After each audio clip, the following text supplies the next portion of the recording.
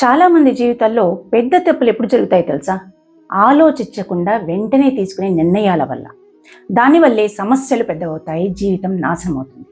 ప్రతి మనిషి జీవితంలో కూడా యుద్ధ భూమిలో నిలబడ్డ అర్జునుడిలా ఏది కరెక్టో ఏది తప్పో అర్థం కాక గందరగోళంలో పడేటువంటి సందర్భాలు చాలా ఉంటాయి. అలాంటి సందర్భాల్లో మీరేం చేస్తారో మీ ఆలోచనని కింద కమెంట్లో చెప్పండి. అర్జున విషాద యోగంలో 21వ శ్లోకము మన జీవితానికి ఒక పాఠం. నిర్ణయాలు తీసుకునే సమయంలో ఎలా ఆలోచించాలో చెప్తోంది.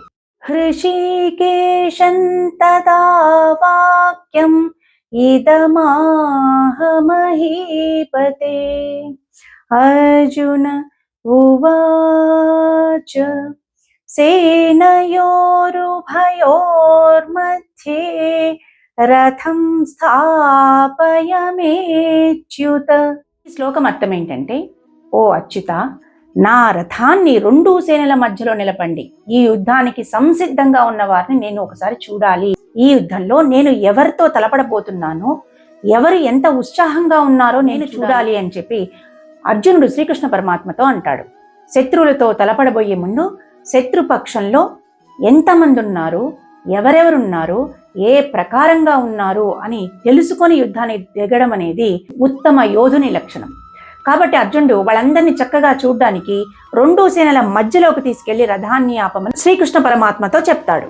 ఇక్కడ అచ్యుత అని ఎందుకన్నా అంటే, చ్యుతి లేనటువంటి వాడు, అంటే చ్యుతి అంటే నాశనము, నాశనము లేనటువంటి వాడు అచ్యుతుడు. కాబట్టి ఆ కృష్ణ పరమాత్ముడు భగవంతుడిగా వర్ణన అన్నమాట ఇది. అంటే ఈ సంసార సాగరంలో మనం చ్యుతి నొందకుండా ఉండడానికి ఆ అచ్యుతుడిని శరణు పొందడం అన్నమాట. కాబట్టి ఇది సాధారణ శ్లోకం కాదు, మన జీవితానికి ఒక గొప్ప పాఠం.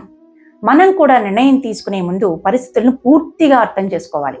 ఎవరు మనవాళ్ళు, ఎవరు ప్రత్యర్థులు అన్నది భావోద్వేగంతో కాకుండా స్పష్టతతో నిర్ణయం తీసుకోవాలన్నమాట. కానీ అర్జునుడు వెంటనే యుద్ధం చేయలేదు. ఇక్కడ ముందు వాళ్ళెవరో నేను చూడాలి అని అనుకున్నాడు. నాతో తలపడడానికి సిద్ధంగా ఉన్న వాళ్ళెవరు, అంత ఉత్సుకతతో ఉన్న వాళ్ళెవరో నేను చూడాలి అని అన్నాడు.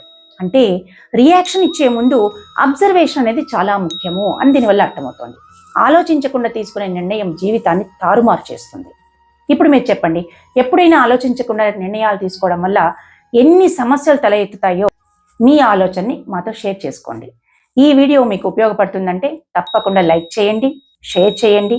మా ఛానల్ని కొత్తగా చూస్తున్నట్లయితే సబ్స్క్రైబ్ చేయడం మాత్రం మర్చిపోవద్దు. మా ఛానల్లో వచ్చేటువంటి ప్రతి వీడియో మీ దాకా రీచ్ అవ్వాలి అంటే పక్కనున్న బెల్ ఐకాన్ని ప్రెస్ చేసి పెట్టుకోండి. మా ఛానల్లో వచ్చే ప్రతి వీడియో మీరు ఈజీగా చూడగలుగుతారు.